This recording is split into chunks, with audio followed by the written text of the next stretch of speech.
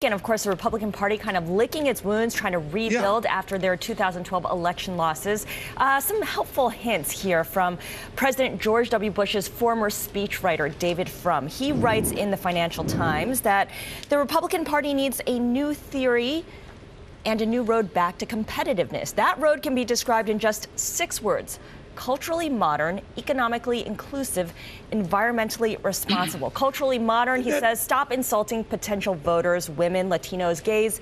Economically inclusive is where we want to begin, because he's saying that the Republican Party can't just be speaking to the 1% that recovered from the financial crisis, or the corporate sector. The payroll tax holiday, for instance, is a much bigger deal. Tea Party?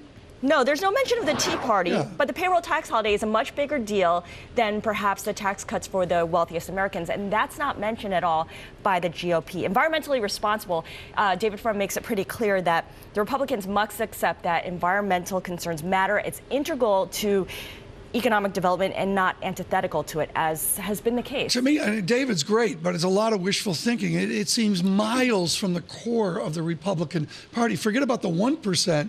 I'm just thinking about the convention in 4 years or the midterms in 2 years, how the Republican Party coalesces these ideas. Well, they need to do some soul searching right now, figure out who they are and who they need to speak to. Well, no question, 2 back-to-back losses will help you do that. My morning must-read comes from a very important source, James Baker III, the former Treasury Secretary of the United States. And it's particularly relevant right now because he helped engineer Reagan's tax reform measures, which included cutting taxes, broadening the base, and raising capital gains and corporate taxes. Here's what he says to do now: propose an enforcement mechanism linking the revenue increase and spending cuts. The parties would agree to cap federal spending at a certain percentage of GDP. So in other words, if a future Congress goes over, then automatically the other side of the equation, the taxes would kick in. Important to listen to him. Al Hunt, our Washington bureau chief and head editorial board there, says that you should look toward Republicans like James Baker when they meet on Capitol Hill today to try to come up with some bipartisan plan.